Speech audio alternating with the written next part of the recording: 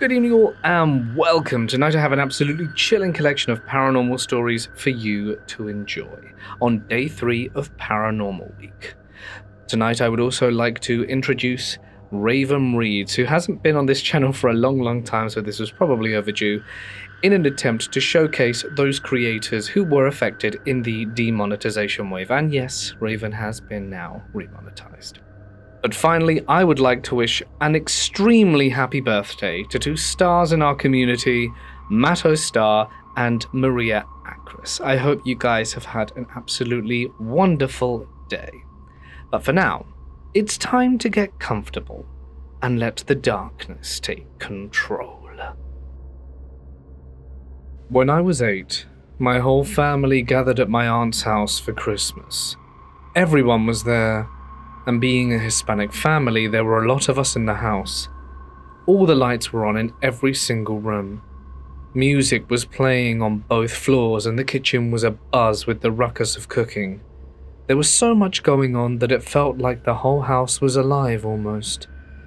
Anyway, a few hours into it, must have been around 1 AM or something, the power went out. And everything went dark and quiet at the same time, and the kitchen noise vanished.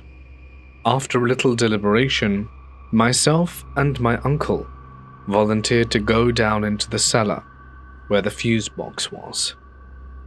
This place was pitch black.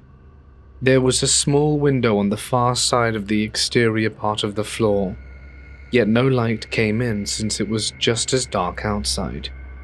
We were completely alone down there with nothing but the sound of our footsteps.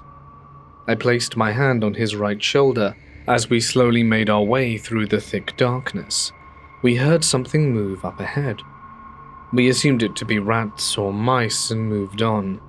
We took another 5 steps when my uncle broke the silence and asked if I'd just slapped him. I had not. We were down there alone, and if I had slapped him, the noise would have been heard in the quiet. That added to my confusion. He complained about feeling like he just got slapped on the back. Weird. But we moved on. 2 minutes later, we found the box. He returned the power to the upper floors and the party resumed. Music kicked back in and the lights came on, and everything was as it should have been. After a while, my uncle started complaining about some weird sensation on his back. He described it as that static-like prickling you get when your arm is falling asleep after getting slapped hard. His wife asked him to lift up his shirt to inspect, and it was then we first noticed the large handprint on his back, a clear red mark placed right on his left shoulder blade and going past his spinal cord. Upon some reflection, and the superstitious paranoia that comes with Mexican culture, it was deduced among my family that the handprint, coupled with the noise we heard downstairs, was an actual demon or devil. We never found a logical explanation for the mark on his back. We were alone down there, and I would have been able to hear and feel some sort of impact against my uncle, since I was directly behind him with my hand placed on his shoulder. I tried to find a logical explanation for everything, but this was just plain weird and unnerving. Something that was able to get between the two of us with none of us noticing. The fact that it was pitch black, and that we were admittedly completely exposed, doesn't help. To this day, I still don't know what happened down there. That mark faded eventually, but I can still remember the way my uncle looked at it when he saw it. I believe that my family has a shadow person ever living in their home, and this is the story that leads me to believe that. I was 13 at the time, and I have never been a big believer of things I could not physically see, but have always been willing to accept challenges in my beliefs. My family lives out in the country, in an old house that was one of the first built in this area, back when the only way to get there was by taking dirt roads, which in itself is eerie considering the house is the equivalent of a mansion. I remember always getting an uneasy feeling being in that house, and I will say that everyone who has ever visited this house has had an encounter with this spirit, from being choked to scratched in threes to inanimate objects being thrown, shaken so violently they shake the whole house, to just being leered at eerily. This spirit has been in this house longer than I have, but I digress. One night when I was 13, we turned off all the lights in the house and I went to bed. For those of you who don't know, it is extremely dark in the country at night. This night was no exception. I went to bed around 9 o'clock at night and abruptly woke up due to an unsettling feeling and looked around uncomfortably until I realized what caused the feeling. At the foot of my bed, standing almost as tall as my ceiling, I noticed a massive, shadowy figure staring at me. His form was somehow darker than normal darkness, and that alone unnerved me. But the one thing I will never forget are his eyes. Somehow his eyes managed to be darker than the rest of the figure, and I paused as I held my eyes open for a good 20 seconds, looking at it, trying to form any manner of speech because immediately I wanted to pray this figure away, but my voice wouldn't come to me. After that long pause of fear, I blinked, and it was gone. I still couldn't find my voice and could very much still feel it there watching me. I rolled over, too scared to leave the comfort of my bed, ready to accept whatever might come, and drifted back to sleep. I know that this figure still lives in that house, and for anyone who doesn't know, regularly burning sage helps keep them at bay. But he still comes back anytime my family forgets to burn the sage, and I refuse to stay in the guest house because he is taken to staying out there. Everyone who stays at my family's house sees this entity, and we've even had paranormal investigators come to our house. There was one photo of one of the investigators looking through the bathroom down the hall from my bedroom, and there is a window at the far end of the bathroom. The camera angle is coming from the hallway, so you can see the reflection of the man at the edge of the window, and further into the hallway you can see a towering hooded figure that looks just like the Grim Reaper, staring at the investigator as he looks through the house. This is definitely not the scariest spiritual encounter I've had, but it did shake me to my core. My family still lives in this house, and it is still very haunted and gives you odd feelings and sensations depending on where you go. I'm happy to say I don't live there anymore, and if nothing else, the sage rituals make the tension inside the house go down. But I know that he just waits in the guest house for the next time they forget to sage.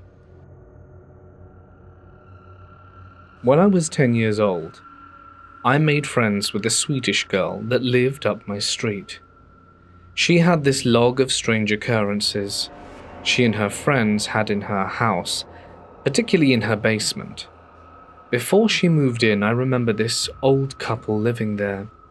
Unfortunately, the husband passed away, and I'm not sure what happened to the wife, but she must have moved out or something. Anyway, she, my brother, and I were hanging out at her house one day. Right before the encounter took place, I remember her saying, "Let's go to my room."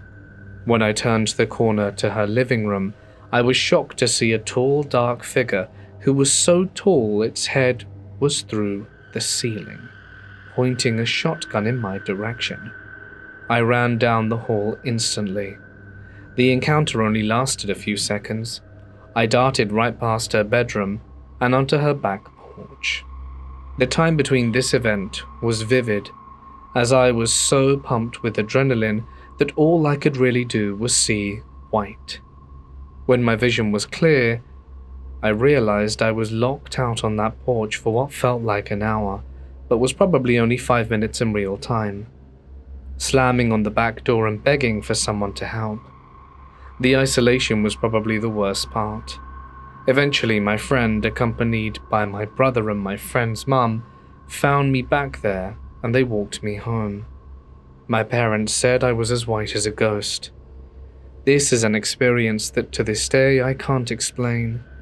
I don't have any known disorders, especially at that young age. I've always been very interested in science since a young age, but this experience really makes me question, the true nature of the universe. This happened years ago, when I was visiting my grandparents. I was sleeping when I suddenly woke up. I wasn't wearing my glasses, but I was 100% sure someone was standing in front of me. I immediately said, "Hi," like it was normal, as I thought it was my grandma, even though that would be weird too, since she wouldn't just stand there silently. Then I realized it was the middle of the night, and no one was in my room. Really weird. I never told anyone about it. I'm familiar with sleep paralysis, but I could move. I stood up, put on the light, grabbed my glasses and looked around, and no one was there. The room was completely empty. But I still felt like someone had been there, and that feeling persisted for a while after. Another time I was randomly playing on my own in my room with my Lego. Then, a weird orange shape sort of floated from my sister's room and went upstairs towards the attic. It wasn't a flashlight or a ball of anything normal. It just moved independently. I, being a scared 7-year-old, immediately ran downstairs. My mum believed me because she didn't think a 7-year-old could make up such a story. She didn't laugh or dismiss it, but actually seemed concerned. I went to school and told the story to some friends. Sometime later, I was playing in my room together with a friend from school, when again, an orange-shaped thing floated from my sister's room to the attic. This time I wasn't the only one who saw it, my friend did too. We were both scared and again ran downstairs. But I never saw it again after that. We lived in that house for a few years, and then my friend went to a different school. When I saw him a few years later, one of the first things he mentioned was, "Do you still remember when we saw that orange thing in your house?"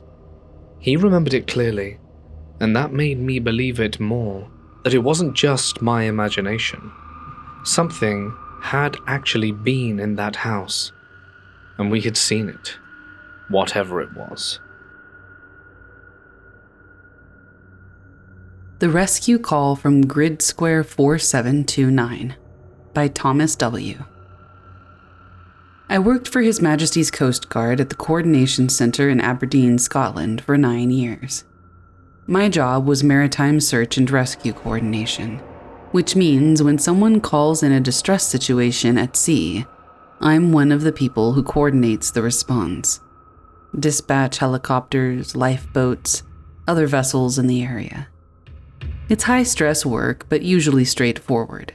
Someone has an emergency, we help them. In February of 2021, we received a distress call that didn't follow any normal pattern.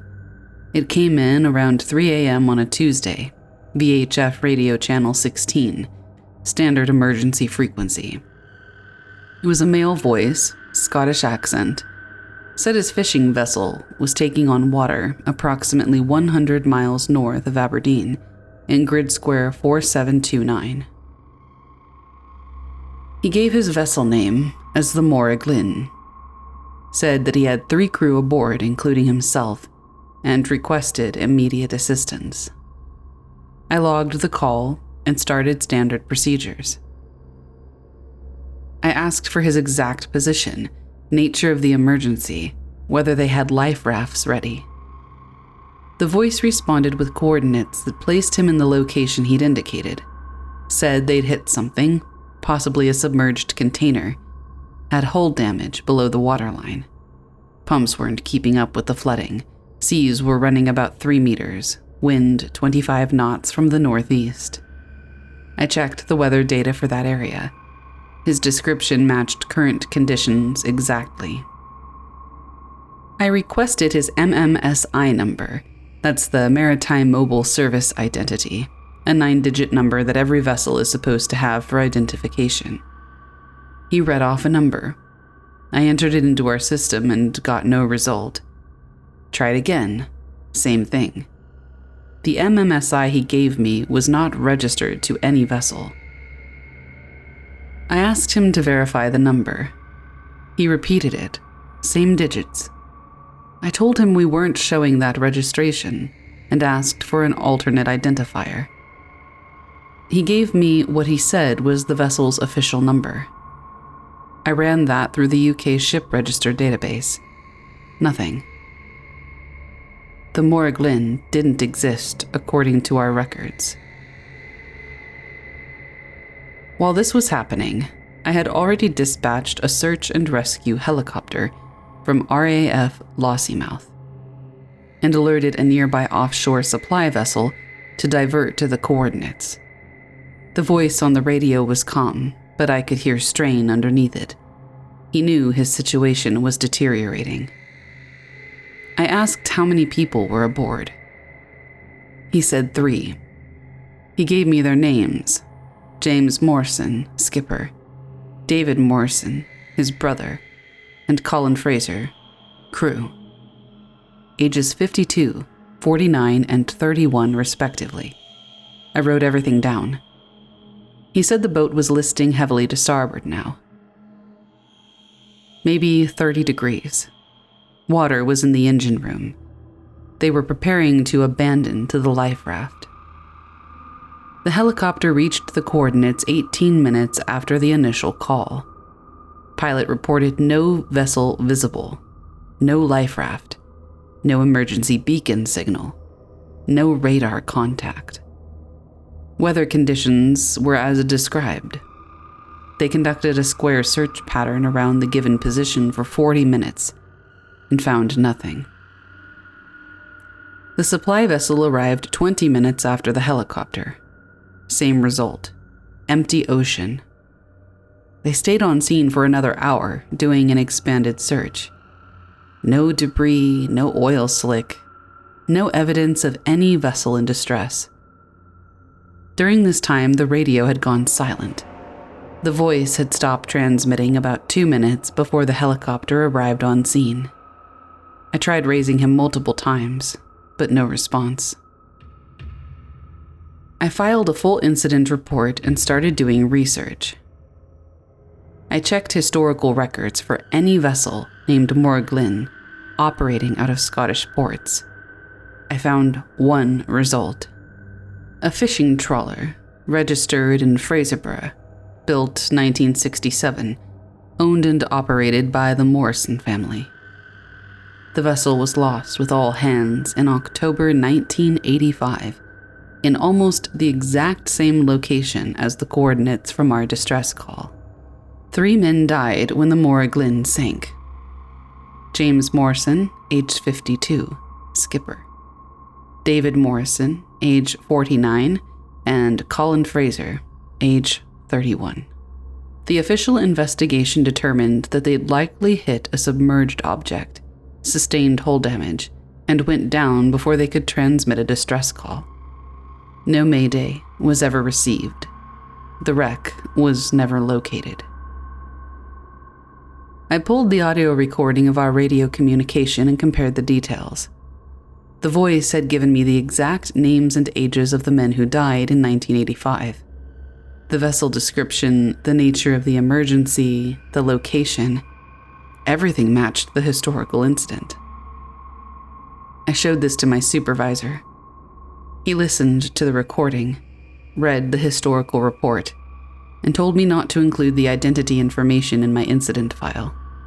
Said it was probably somebody playing a sick prank, using the old tragedy for some kind of hoax. But he couldn't explain how they knew the precise location where the original Morglin went down. That information wasn't in the public investigation report. The coordinates were only in internal Coast Guard records from 1985. The helicopter crew and the supply vessel both confirmed there was nothing at that location. No vessel, no people, no debris. The weather conditions were exactly as described by the voice on the radio, but there was no emergency in progress. 3 months later, same grid square, same approximate coordinates, we got another distress call.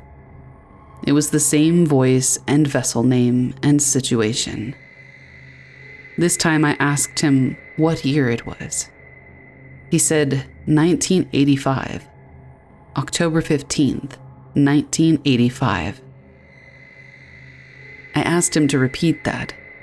He did, his voice starting to show panic, asking why that mattered when his boat was sinking.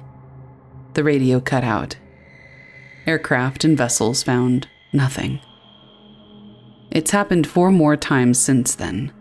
Always the same grid square. Always between October and February. Always the same voice calling for help.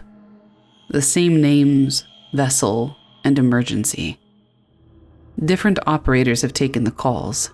We all hear the same thing. We dispatch resources every time because you have to. You can't ignore a distress call even if you think you know how it's going to turn out. The last call was 3 weeks ago. I wasn't working that shift, but I read the report. Same pattern. We've stopped trying to explain it. There's a note in our system now flagged to that grid square. When calls come from that location identifying as the Morgue Lynn, we respond, but we don't expect to find anything. I have had 3 very convincing paranormal experiences in my life. They're very, very strange. Please keep in mind I'm not trying to convince people that I see the future or anything like that. I just find these stories cool and unexplainable. So, my first experience was when I was 3 years old. I used to see my grandmother's dad sitting at the end of my bed. He would take my passy.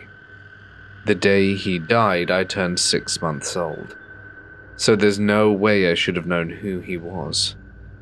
I kept telling my grandmother I was seeing a little man in my room, and he was stealing my pacifier. And she got out a photo album to see if I could show her the little man, or if it was something more serious. I picked my great-grandfather out multiple times, and he didn't look like how he did near death. He looked like his healthy self, which I found really cool. In the photos, he was sitting upright and looking calm with a gentle expression.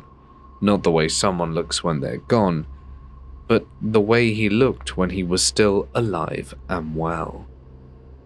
My second experience also happened when I was about 3 or 4. I woke up in the middle of the night and was screaming incessantly. So my grandmother came rushing in, flipped on the light and picked me up. I was shaking. I told her that Uncle was in the dark and bleeding a lot. She assured me he was just fine, and we got settled down.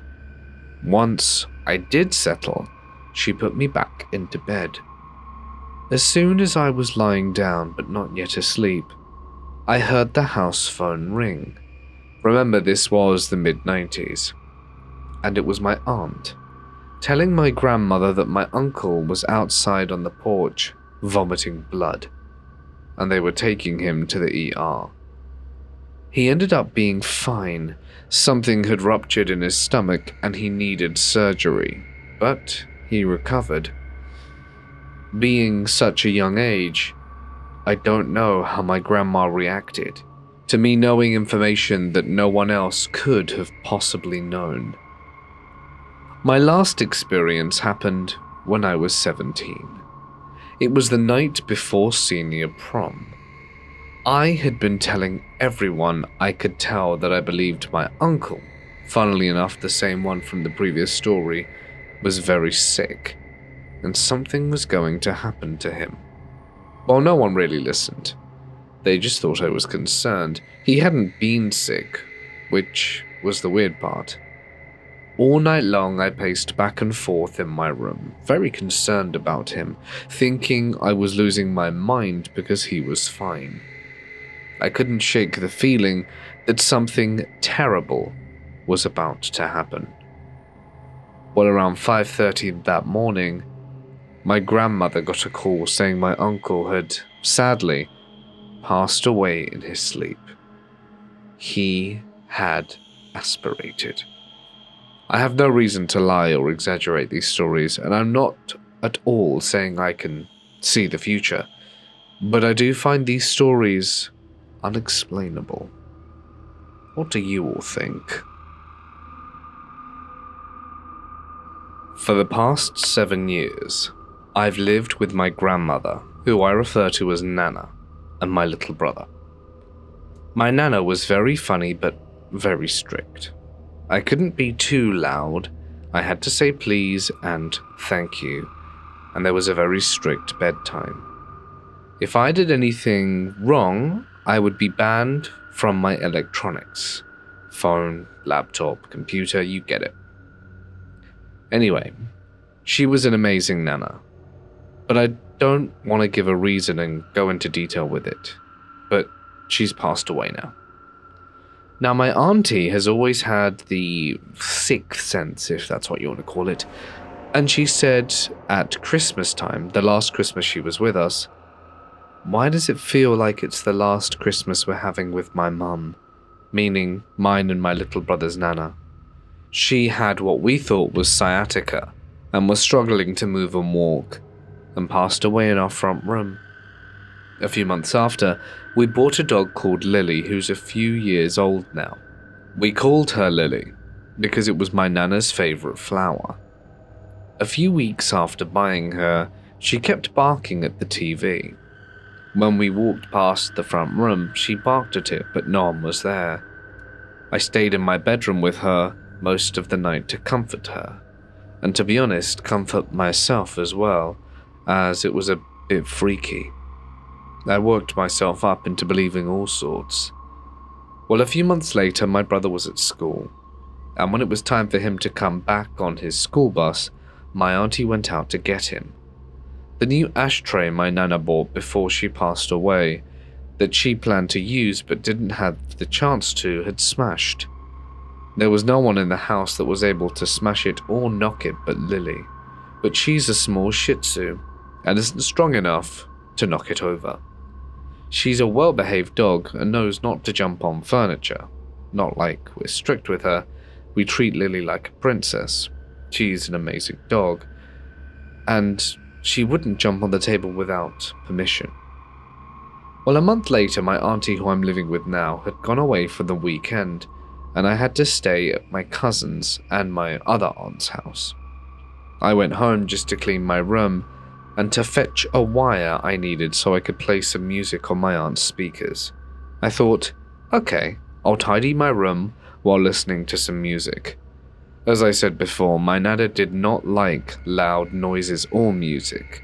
I was really feeling the song and so turned up the speakers a bit more. Now these are quite heavy, so they don't vibrate when playing music even on full volume. I went downstairs with some glasses and cups to clean them, and that's when I heard a huge thud. Thinking nothing of it, I go back upstairs to see my speaker on the floor, dented. It had fallen off my window ledge, which is deep enough for my speakers to balance on. The speaker was pushed quite far back, so it couldn't have fallen off from the window or anything, and not to mention the windows were closed at the time. A month later, I came downstairs to the light being on during the day, so I asked my aunt if she'd switched them on, and she replied saying that she didn't, and that she had no reason to turn it on. The week after, I was looking up a place to share this, and as I typed the word paranormal, a little card that I have that's laminated that says, "In memory of a loving nana," with a poem dedicated to my nana. That was held onto the wall with blue tack and an elastic band. The elastic band snapped at that very moment, and the card fell to the floor.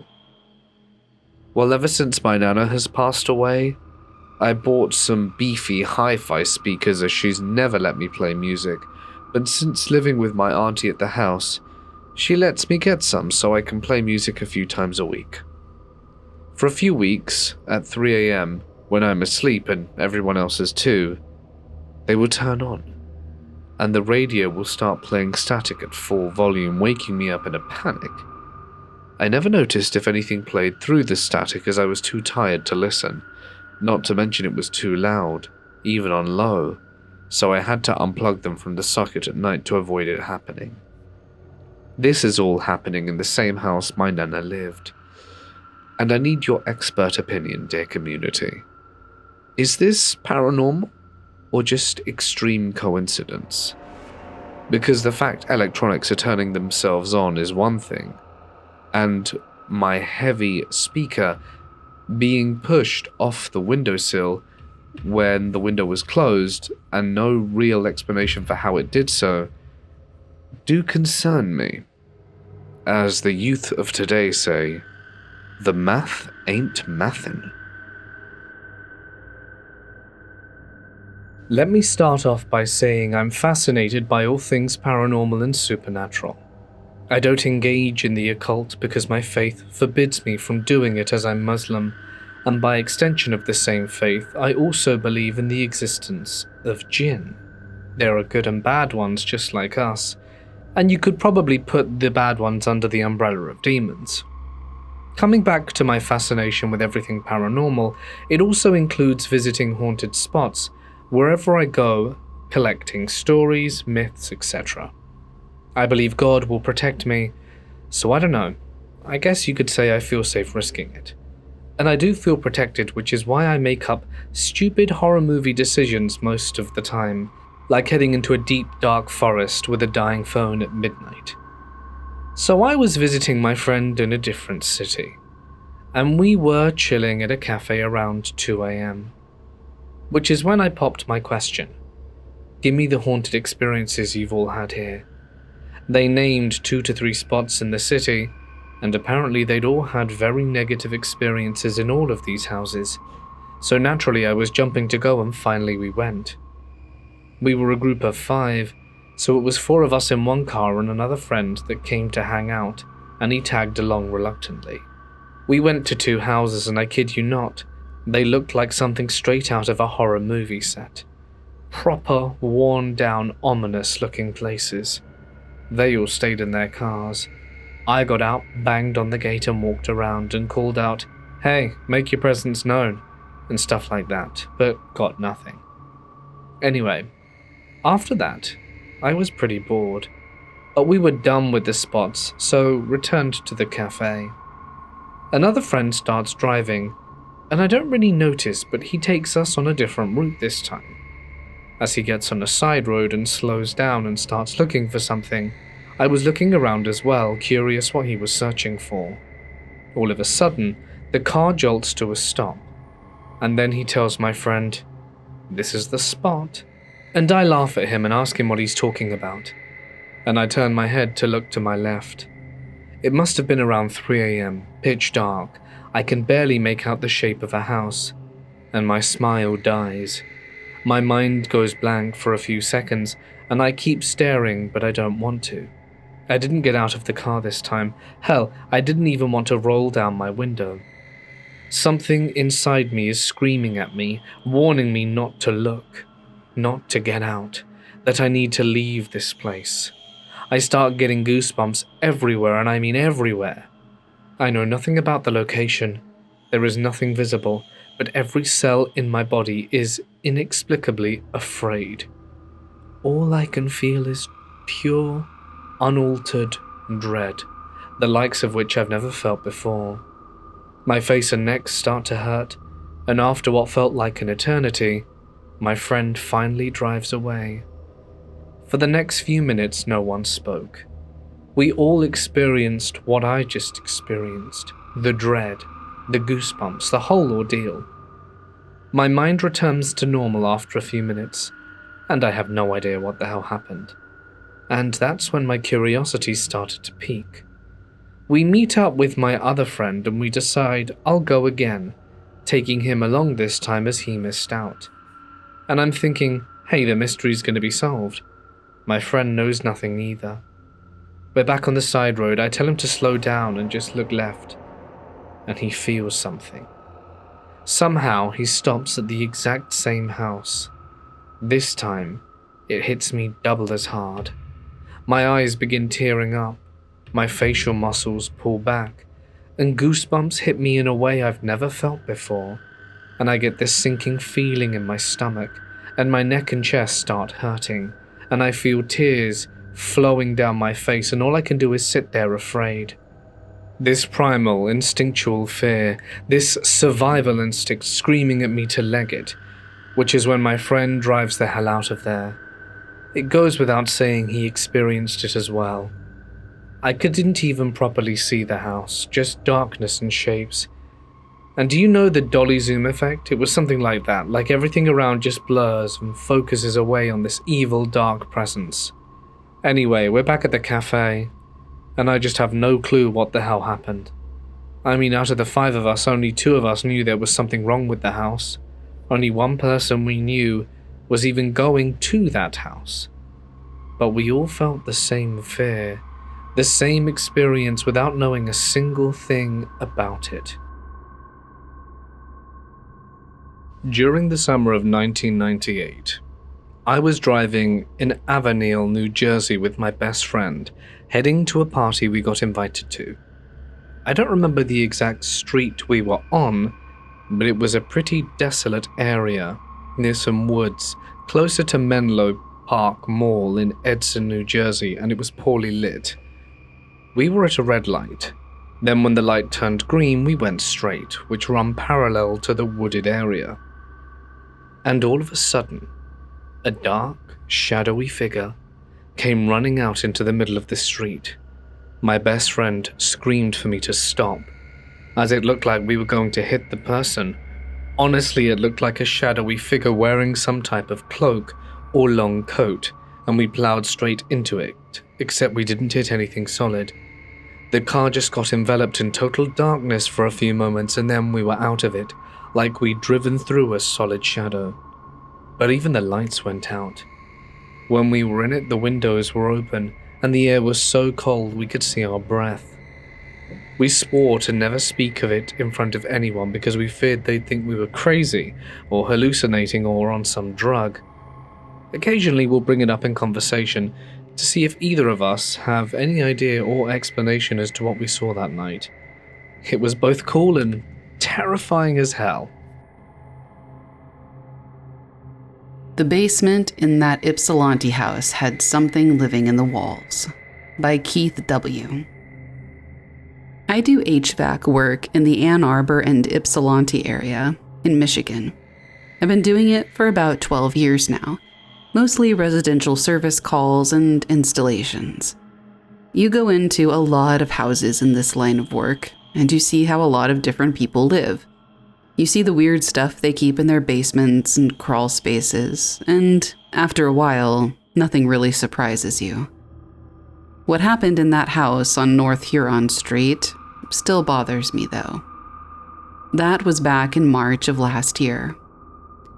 I've done maybe 300 basement jobs since I started, and I've never walked off a site before, but I walked off that one. The service call came in on a Thursday. Furnace wasn't working, house was getting cold, standard emergency call. The dispatcher gave me the address, and I headed over around 2 in the afternoon. It was one of those old Ypsilanti houses, probably built in the 1920s. 2-story, needed paint, small yard, standard fare really. The woman who answered the door looked exhausted. She said that they had just moved in 2 months ago, and the furnace had been acting strange the whole time, but now it had quit completely. She led me to the basement door. It was one of those old wooden doors with the original hardware, really heavy. She opened it, and I could immediately tell the air coming up from down there was wrong. It was way too cold. Basements are usually cooler than the rest of the house, but this was like opening a walk-in freezer. She noticed me hesitate and said, "Yeah, it's been like that since we moved in." I asked her if the previous owners had said anything about the heating system. She said the house had been empty for almost a year before they bought it, some kind of estate sale situation. The inspection had flagged a few issues, but nothing major with the furnace. I grabbed my tools and headed down. The stairs were steep and narrow, wooden treads that creaked. The basement was unfinished. Concrete floor, stone foundation walls, exposed joists overhead. There was a single bulb hanging in the middle of the space. It was one of those pull chain fixtures. I pulled it, and the light came on, but it was pretty weak. 40 watts, maybe. The furnace was against the far wall. I could see it was old, probably original to the house. I walked over and started my inspection, and that's when I noticed the scratching sounds, very faint, coming from inside the foundation walls. They were rhythmic, kind of like something was moving around. Now, old houses get mice. Sometimes they get rats, and I've dealt with that before. But this did not sound like rodents. The pattern was too wrong. Usually mice sound frantic. They kind of skitter and then stop, and then skitter and stop. This was slower. I tried to ignore it and focus on the furnace. I checked the pilot light first. It was out. I checked the gas line, the thermocouple, the usual suspects. Everything looked fine mechanically. I tried to relight the pilot, and it wouldn't catch. I tried 3 different times. Each time the flame would start, and then go out immediately like something was blowing it out. The scratching got louder while I was working, and it had moved. Now it sounded like it was coming from the wall directly behind the furnace. I stood up and put my hand on the stone. It was like touching a block of ice. It was way colder than it should have been, even in an unheated basement in March. I went back upstairs and I told the woman I needed to check a few things and that I'd be back down in a minute. I wanted to see if there was any obvious source for a draft that might be affecting the pilot light. She said the basement had always given her a bad feeling and that her kids wouldn't go down there at all. Her husband thought she was being ridiculous, but she said she just couldn't get rid of that feeling. I went back down with a stronger flashlight. I wanted to inspect the foundation walls and look for cracks or gaps. I started at one corner and worked my way around. The scratching had stopped. The basement was completely silent, except for my footsteps on the concrete. I was about halfway around the perimeter when I found the section of wall that looked different. The stones there were darker, stained almost. There was something that looked like old mortar repair work, crude patches, like someone had sealed something up in a hurry. I moved my flashlight across the area, and that's when I saw the gap. There was a space between 2 of the stones, maybe an inch wide. I could feel cold air coming out of it. I crouched down to get a better look, and I could see that there was a hollow space behind the wall. Not just a gap in the foundation, like an actual void. I heard breathing coming from inside that space. Slow, wet breathing. I stood up fast and backed away from the wall. My logical mind was telling me that it had to be some kind of animal, maybe a raccoon that had gotten into a crawl space somehow. But I've heard lots of different animals breathe, and this didn't sound like any of them. The scratching started again, right behind where I had been crouching. Aggressive scratching now, faster, like whatever was in there knew I'd found it. I grabbed my tools and went upstairs. I told the woman I couldn't work on her furnace, that she needed to call a different company. She asked me what was wrong, and I said I just wasn't comfortable with the conditions in her basement. She started to ask more questions, but I was already halfway to the door. I sat in my truck for a few minutes before I left.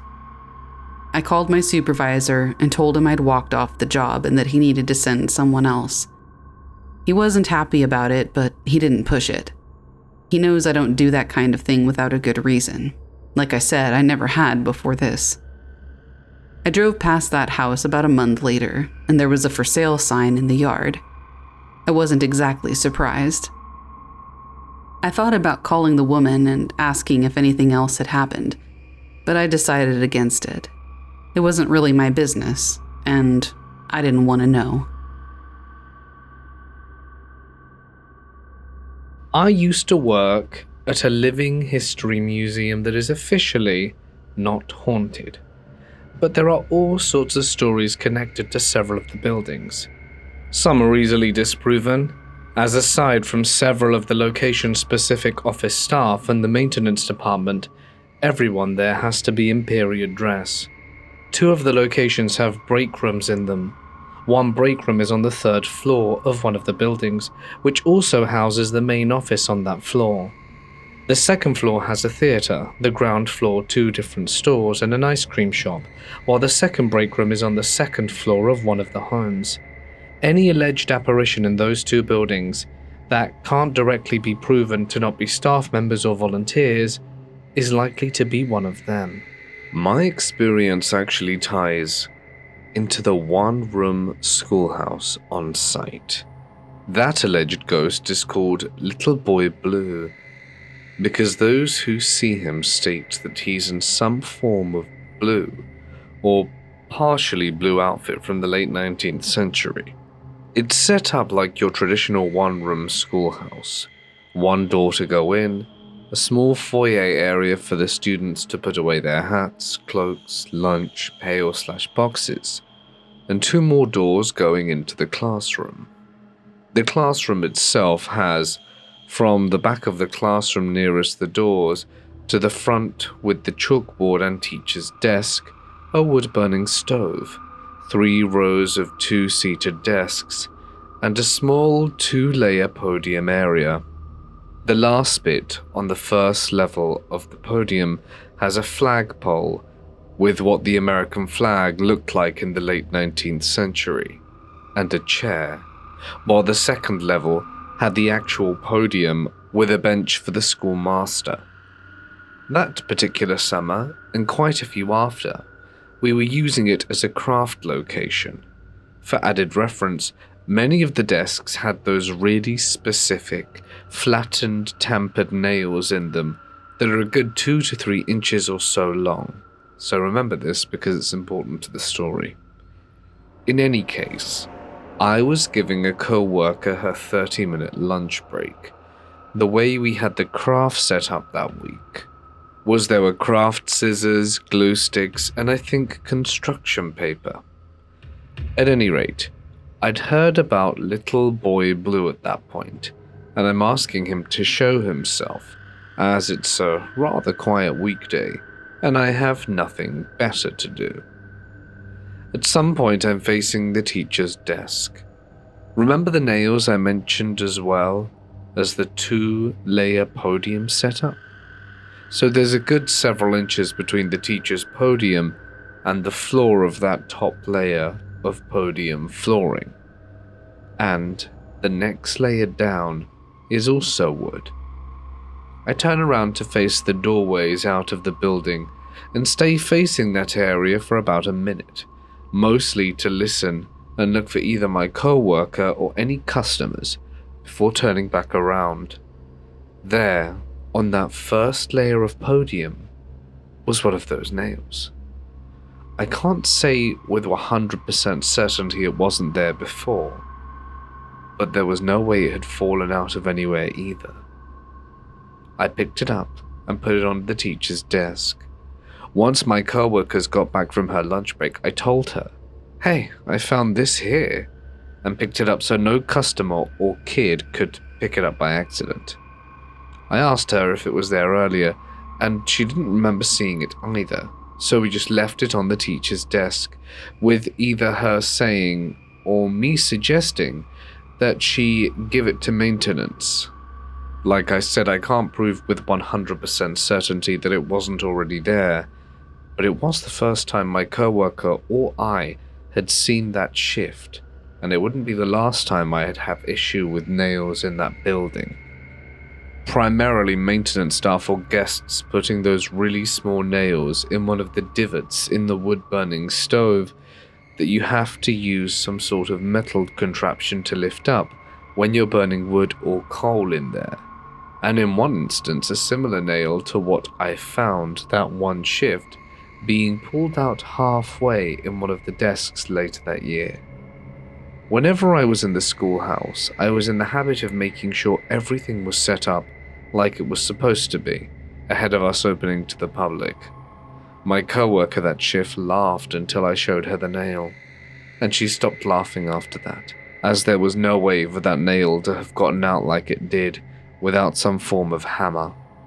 My guess was that a maintenance staff member had something to do with it, but either way, I just let one of the supervisors know when they popped in during my shift, and they said they'd alert maintenance to replace the nail, as I pulled it the rest of the way out for safety reasons. All the same, it remained a pretty chilling place to work. During my bachelor's degree, my roommate and I moved into a new hostel room. After a few days, we both started noticing a strange, sweet smell, almost like raw mangoes. The weird part was that it didn't come from the one place. One day it would be near my desk, another day near her bed, then somewhere else entirely. We thought it was an insect, so we searched the room, but there was nothing. Then we thought maybe there was a mango tree nearby, but there was not. One weekend, my roommate went home and I got really sick, so my mother came to stay with me for 2 nights. I pointed out the smell to her, and she noticed it too. Before leaving, she told me something strange. The copper ring she had been wearing had turned completely black during her stay. After she got home, it gradually returned to its normal color. That freaked out both of our mothers, who immediately suggested prayers. Another odd detail was that when we first moved in, the previous occupants had left several pictures of gods behind. Maybe there's a perfectly logical explanation for all of this, but to this day I've never found one. Does anyone have an experience they've had that doesn't have a satisfactory explanation? It was a normal night.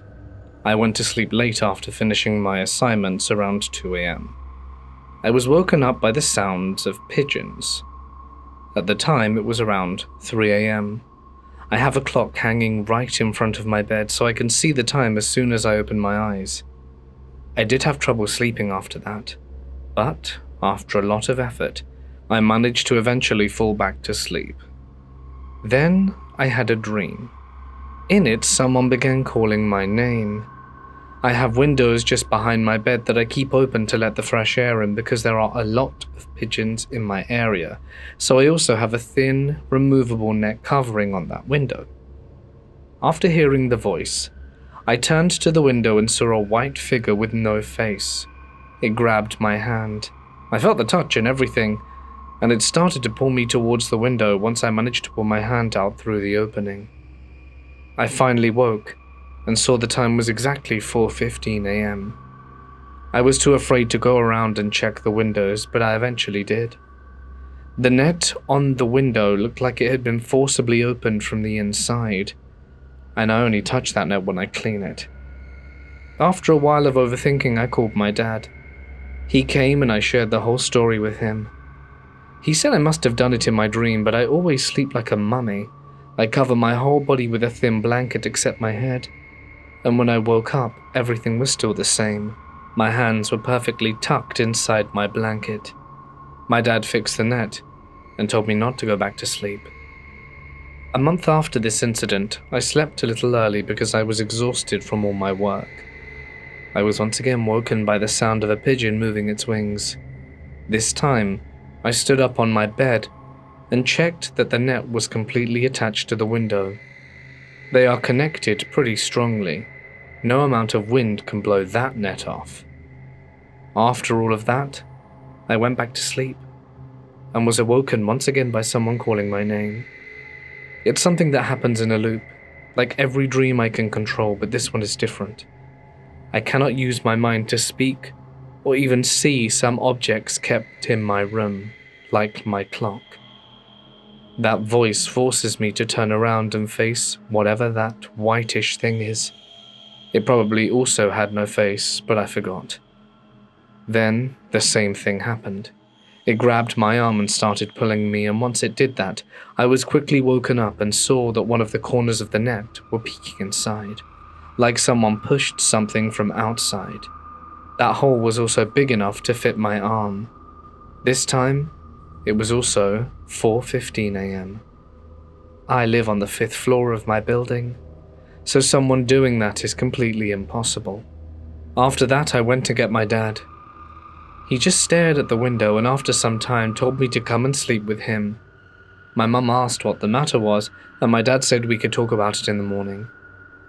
In the morning, he asked me to tell him everything in detail, and after hearing it all, he said that if I ever hear pigeons again, I shouldn't go to sleep, either call him or try to stay awake. He also told me that it's weird. He has no explanation why this is happening to me, and bought me an additional thin curtain to cover the net and windows. Since then, it hasn't happened again, but I will sometimes hear the sound of pigeons waking me up at 3 a.m. I don't know what this is, but it does frighten me. Sometimes, after I wake up from an especially bad nightmare, I wake up and see a black orb or two moving in a peculiar way, floating away and unaffected by gravity. Once they notice I see them, they usually float away, usually upwards through the ceiling or out through a wall. I had this strange dream last night. Not sure if anyone else experienced this, but often when I wake up, the walls in my room have a moving, static texture like an analog TV, and sometimes there are patterns. As a kid, this sometimes looked like the effect from The Matrix. I just woke up from a strange dream where I was being held in a man's arms and told, "I love you," like my boyfriend does. It was kind of like how a child rests their head on the lap of their parent, one hand near the chest and the other on the head. I looked at the arm, and it was plastic, like a thin, flexible plastic kind of silicone being with concealed metal and electronics underneath. The voice suddenly became robotic and said, "You will love me too. Now sleep." I then suddenly felt drowsy, but I have a lot of experience with sleep paralysis, so I used all my might to shake my body from side to side to wake myself up at around 6 a.m. That's when I saw my walls animated with static, and text on the wall, white lines made of light with sharp angles, to say something like, "Take me for a walk, I will enjoy it." Then I was trying to read another line of text, but couldn't work it out because of the angle. I think it started with a large A, which is the first letter of my boyfriend's name. The text disappeared, and the wall stabilized. I'm hanging out with my boyfriend today, so I guess I'll take him for a walk. Tonight I was dreaming of a video game I was playing, first-person VR. It was a murder mystery detective game that then transformed into one where you have to find and protect an item at all costs from people of various professions. After throwing a knife, which did not seem to have a sharp edge, at a tradesman who stole the item, and it hit him comically in the head by the dull side and knocked him out, I heard a whisper that said, "Psst, hey," in a soft voice. This woke me up. That's when I saw near the end of the bed, near the top of my bedroom door frame, an orb, a dark mass I can see from the displacement of static of darkness. This, however, was not a dark orb, because it did not have a dark center mass. After noticing that it did not immediately disappear, I said, "Hey, it's okay, come closer," and waved it over. It slowly came towards my head, but as it got closer it became more difficult to see. It seemed to be easier to see if I kept one eye closed at a time. Once it was closed, I waved my hand through the orb lightly to see if I could feel it, and it was very soft. I sat up in bed, turned around, and looked at it, and continued to wave my hand slowly through it, feeling the softness and energy. As I was waving my hand, it was getting bigger, until it was easily about 1 meter in width. I have never seen anything like it before. The energy and particles rushing around its edges were amazing to see, but also scary at the same time. Several times throughout this experience, I looked at other parts of the room, and back to make sure what I was seeing was actually there and not a trick of my eyes. Eventually, I got too frightened by how big the entity became, so I turned on the lights so I could no longer see it. Time for a carbon monoxide detector just in case, or maybe a brain scan. I have seen orbs in almost every place I've lived. The last ferry across Bayou Noir. I used to run a ferry across Bayou Noir. It wasn't much, just a flatboat with room for 2 cars and an old diesel winch and a lantern that swung from a crooked post. The parish paid me a small check each month, and the locals paid a couple bucks a ride. It was steady work, and for 20 years I thought I knew every ripple of that black water. Most people don't remember the ferry anymore. They built a bridge a decade back, and the service shut down. But sometimes when I drive past the bayou on a foggy night, I swear I see the lantern glow where the dock used to be, and I can almost hear the old winch clanking like it's still pulling steel cable through the current. I left the job because of one night, one crossing. It was late summer, air heavy enough to choke you, and I'd already closed up. Last run had been at 9. I kept the lantern burning while I tied off, just enough light for the stragglers to see it was shut down. I was rolling the last of the line when I heard tires on gravel. Headlights cut across the dock, blinding me. A car idled there, low and boxy. Old model, maybe 60s, though it looked too clean to be rusting in our swamp. A man got out, tall, with a hat pulled low. He didn't say much. He just asked if I would make one more run. I told him the service was closed. He turned his head and I saw there were 2 others in the car, a woman in the passenger seat and a child in the back. All 3 just watched me with faces that didn't move. There was something about the way they stared at me that made me change my mind. Maybe it was habit, maybe guilt. Maybe I just didn't want to be alone out there with them still sitting at the dock. So I waved them on and lowered the ramp. They drove aboard without a word. The car rolled to the center of the deck, and the boards groaned like they always did under weight. I pulled the ramp and started the winch, and the ferry slid off the bank into black water. The first thing that struck me was how quiet it was. Normally, you would hear insects and frogs, maybe a splash or 2. But that trip, nothing. Just the diesel's cough and the creak of the cable. Even the lantern seemed dimmer, the flame burning small inside the glass. Halfway across, the engine stuttered. That happened sometimes when the fuel was low, but I had filled the tank that morning. The winch slowed until the cable groaned under strain, and then caught again with a jolt.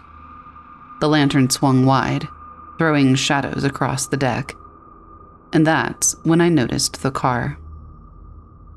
The glass was fogged from the inside, like breath against a window in winter, even though the night was hot as hell. Shapes moved behind the glass, shifting and slow. I looked harder and realized the man in the hat wasn't sitting right. His head lolled at an angle that no neck should hold.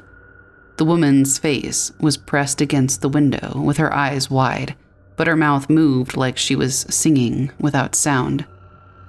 The child's hand slapped the glass once and left a wet streak, and then the lantern went out.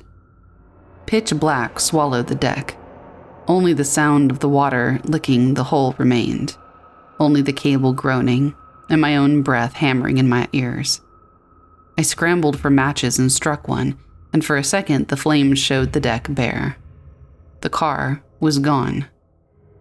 All that remained were wet footprints, leading from the center of the ferry to the stern, glistening in the tiny light. Bare feet, 3 sets, and then the match died. I don't remember much after that. My hands worked the winch without me telling them to. The ferry reached the far bank. When I lowered the ramp, the boards were slick with mud and water, but nothing left of the deck. I sat there until dawn, watching the mist curl off the bayou, waiting for someone to explain what I had just carried across, but no one came. Later, when I asked around, an old woman at the bait shop told me about a wreck in the 60s. A family of 3 drove off the dock at night when the ferry wasn't tied up properly. The car went straight into the bayou. They dragged it out days later. The bodies were still inside. Folks said the man's neck had snapped against the wheel. The woman's face was pressed against the glass, and the child's little handprint was still clear on the window. After that night, I never ran the ferry again. I told the parish I was done, let them find someone else until the bridge got built. But I'll tell you this, if you drive past Bayou Noir on a moonless night, stop and listen. Sometimes over the water you'll hear a diesel cough. You'll see a lantern glow, swinging slow over the dark. And if you're very unlucky, you'll hear a child's hand slap the glass, calling for a ride across. If that happens, keep going. Don't look for the dock. And whatever you do, don't step on board. Because some ferries never stop running.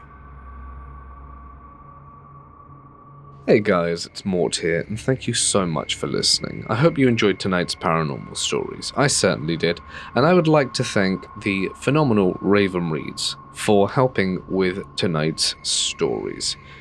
I absolutely loved those stories, they were sensational, and if you did, you can let her know as well. A link to her channel can be found in the description or will pop up on screen shortly. For those of you asking why am I having people on the channel this week, it is because I have been working behind the scenes to try and get the monetization of all the channels in the horror community, and some not in the horror community, reinstated. It has been a pretty long process, but I'm glad to see that it's finally paying off. As of recording this, we've managed to get half the horror community remonetized. So thank you to all of those of you who retweeted and made noise over on Twitter/X. It has really helped a hell of a lot, because restoring creators' livelihoods is important, and us as the horror community should have each other's backs. And finally, when people's livelihoods are at stake, it's just not fun to lose your source of income. But with that being said, I would like to give one final thank you to my members and patrons whose names can be seen on screen.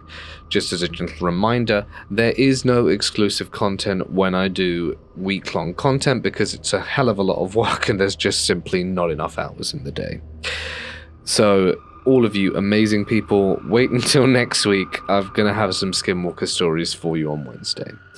But speaking closer to the time, I have some ghost stories for you tomorrow, so hopefully see you then. Tune back in, stay awesome, and good night.